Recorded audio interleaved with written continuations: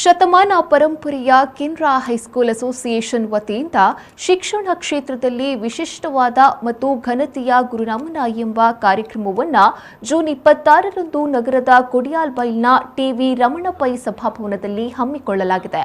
ಈ ಬಗ್ಗೆ ಮಂಗಳೂರಿನ ಪ್ರೆಸ್ ಕ್ಲಬ್ನಲ್ಲಿ ಸುದ್ದಿಗೋಷ್ಠಿ ನಡೆಸಿ ಮಾತನಾಡಿದ ಹಿರಿಯ ಪತ್ರಕರ್ತ ಮನೋಹರ್ ಪ್ರಸಾದ್ ಅವರು, ಕೆನರಾ ಶಿಕ್ಷಣ ಸಂಸ್ಥೆಯಲ್ಲಿ ಸೇವೆ ಸಲ್ಲಿಸಿ ನಿವೃತ್ತರಾದ ಶಿಕ್ಷಕ ಮತ್ತು ಶಿಕ್ಷಕೇತರರಿಗೆ ಕೃತಜ್ಞತೆಯನ್ನ ಸಲ್ಲಿಸುವ ಕಾರ್ಯಕ್ರಮ ಇದಾಗಿದೆ.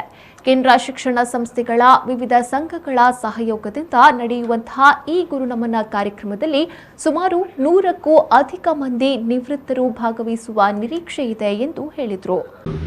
ಪರಿಕಲ್ಪನೆ ಮೊದಲ ಬಾರಿಯಾಗಿ ನಮ್ಮ ಶಿಕ್ಷಣ ಕ್ಷೇತ್ರದಲ್ಲಿ ನಡೆಯುತ್ತಾ ಇದೆ. ಅಂದರೆ ನಿವೃತ್ತರಾದವರನ್ನು ಗುರುತಿಸಿ ಅವರನ್ನು ಗೌರವಿಸಿ ಆ ಮೂಲಕ ಗುರುವಂದನೆಯನ್ನು ಸಲ್ಲಿಸುವಂಥ ಒಂದು ಪರಿಕಲ್ಪನೆ ಕೆನರಾ ಹೈಸ್ಕೂಲ್ ಅಸೋಸಿಯೇಷನ್ನ ಮೂಲಕ ಮತ್ತು ಸಂಸ್ಥೆಯ ಎಲ್ಲ ಸಹ ಸಂಸ್ಥೆಗಳ ಮೂಲಕ ನಡೀತದೆ.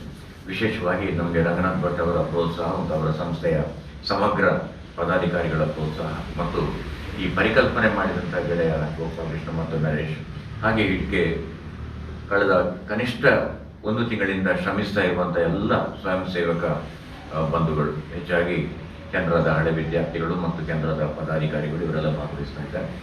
ಇಲ್ಲಿ ಮುಖ್ಯ ಇದರ ಉದ್ದೇಶ ಏನಂದರೆ, ಶತಮಾನ ದಾಟಿದ ಪರಂಪರೆ ನಮ್ಮ ಕೆನರಾ ಸಂಸ್ಥೆ 1891ರಲ್ಲಿ ಆರಂಭವಾದಂಥ ಪರಂಪರೆ ಇವತ್ತು 11 ಸಂಸ್ಥೆಗಳ ಮೂಲಕ ಸುಮಾರು 8,700 ವಿದ್ಯಾರ್ಥಿಗಳಿಗೆ ಶಿಕ್ಷಣವನ್ನು ಕೊಡ್ತಾ ಇರುವಂಥದ್ದು ಕೆನರಾ ಶಿಕ್ಷಣ ಸಮೂಹ. ಅದು ಪುಟ್ಟ ಕಿಂಡರ್ ಗಾರ್ಟನ್ನಿಂದ ಎಂಜಿನಿಯರಿಂಗ್ ಕಾಲೇಜಿನವರೆಗೆ 11 ಸಂಸ್ಥೆಗಳು ಇಲ್ಲಿವೆ. ಸುಮಾರು 1 ಲಕ್ಷ ಮಂದಿ ಈಗಾಗಲೇ ಇಲ್ಲಿ ಶಿಕ್ಷಣವನ್ನು ಪಡೆದು ಈ ಜಗತ್ತಿನಾದ್ಯಂತ ಅವರು ಸೇವೆಯನ್ನು ಬೇರೆ ಬೇರೆ ಕ್ಷೇತ್ರಗಳಲ್ಲಿ ಅನೇಕ ಮಂದಿ ಬಹುದೊಡ್ಡ ಸಾಧನೆಯನ್ನು ಮಾಡಿದವರು ನಮ್ಮ ಜೊತೆಗಿದ್ದಾರೆ.